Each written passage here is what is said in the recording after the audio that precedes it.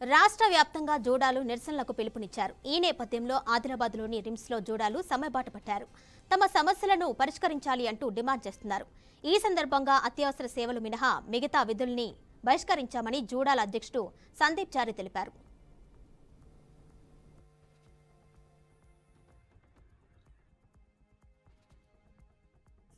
డిమాండ్లు ఏంటంటే ముఖ్యంగా ఫస్ట్ది జియో అనేది జియో స్టైఫండ్ రెగ్యులరైజేషన్ అంటే ప్రతి నెల వచ్చే స్టైఫండ్ రెగ్యులర్గా ఇవ్వమని కోరుతున్నాం. అయితే ఇంతకుముందు కూడా స్టైఫండ్లు వస్తూ ఉన్నాయి, కానీ 3-4 నెలలకు ఒకసారి మేము స్ట్రైక్ నోటీస్ ఇచ్చినప్పుడు లేకపోతే గవర్నమెంట్ ఆఫీషియల్స్ చుట్టూ మా పనులు మానేసుకుని తిరిగినప్పుడు వచ్చాయి. సో అలా కాకుండా ప్రతి నెల కూడా ఒక ఫలానా తేదీ రోజు ఫైనాన్స్ మినిస్టర్ నుంచి కానీ హెల్త్ మినిస్టర్ నుంచి కానీ అష్యూరెన్స్ ఇచ్చి ఫలానా డేట్ రోజు ముందే స్టైఫండ్ రిలీజ్ చేస్తామని అని ఒక గ్రీన్ ఛానల్ రిలీజ్ చేస్తాను. దానికోసం ఒక డిమాండ్.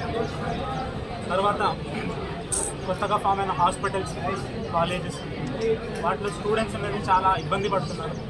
సరైన హాస్టల్ ఫెసిలిటీస్ లేకుండా, సరైన బేసిక్ ట్రాన్స్పోర్ట్ ఫెసిలిటీస్ అవి లేకుండా. సో దానికోసం ఒక డిమాండ్ ఇంక్లూడ్ చేశారు.